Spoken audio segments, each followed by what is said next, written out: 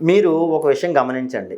దీపారాధన చేసేటువంటి సందర్భాల్లో ఒక్కొక్కసారి ఆ దీపపు కుంది యొక్క సమస్య వల్ల కావచ్చు, లేదా మనమే ప్రయత్నపూర్వకంగా ఆ యొక్క లెవెల్ కంటే ఎక్కువగా దీపారాధన నూనెని అందులో పోయడం వల్ల సమ్మెట అంటే దానికి ఉండేటువంటి 5 చిగుళ్ళు లేదంటే 4 చిగుళ్ళు, 4 ఉండవనుకోండి 3 చిగుళ్ళు. సాధారణంగా ఏ దీపారాధన కుందికైనా సరే 5 చిగుళ్ళు ఉంటాయి. అవి సమ్మెటలు. ఆ సమ్మెటల నుంచి నూనె చుక్కలు కిందకి పడుతూ ఉంటాయి. అది అంత శుభకరం కాదు. దానివల్ల 2 సమస్యలు. ఒకటి, మీరొక వస్త్రం వేసి దాని మీద 2 చిన్న పళ్ళాలు పెట్టి దీపారాధన కుందులు పెడుతున్నప్పుడు ఒక్కొక్కసారి ఆ సమ్మెటలో ఆ పళ్ళెం కన్నా బయట ఉంటే గనక ఆ సమ్మెటల నుంచి నూనె కింద పడుతూ మొత్తం అక్కడ ఉన్నటువంటి వస్త్రం పాడైపోతుంది.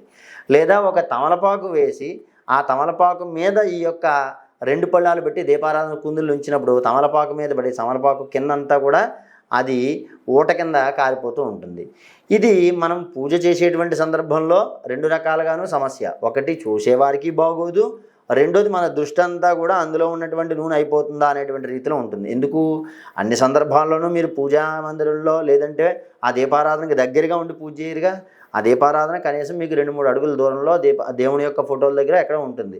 మీరు కింద మండపారాధన చేసేటువంటి సందర్భంలో అక్కడి నుంచి అలాగా ఎత్తితాలని చూసి దీపారాధన కుందులో నూనె ఉంటుందా అయిపోతుందా అనేటువంటి ఆలోచన వల్ల ఇక్కడ పూజలో దృష్టి అనేటువంటిది మరలుస్తూ ఉంటుంది.